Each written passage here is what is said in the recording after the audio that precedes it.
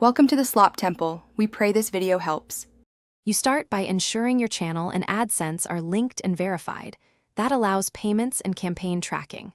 Once done, confirm you meet program eligibility like watch hours and community guidelines so ads won't be blocked. Make sure your content calendar aligns with ad goals. Advertisers want predictable inventory. Now, collect thumbnails, titles, and targeting ideas required for campaign creation. These first steps stop common rejections and get you ready to create your first paid placement quickly.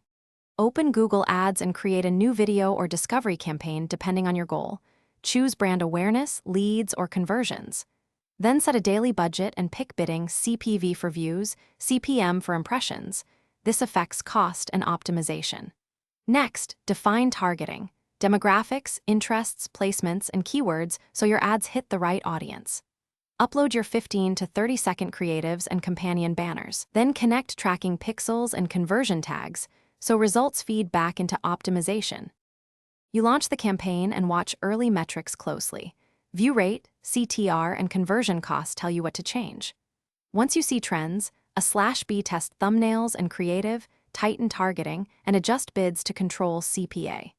Make incremental changes weekly and let learning run for 3 to 7 days before judging performance. If an ad is disapproved, check policy violations, file an appeal, and verify your monetization settings. This troubleshooting step solves most delivery issues quickly. Thanks for watching. Consider subscribing if we helped you.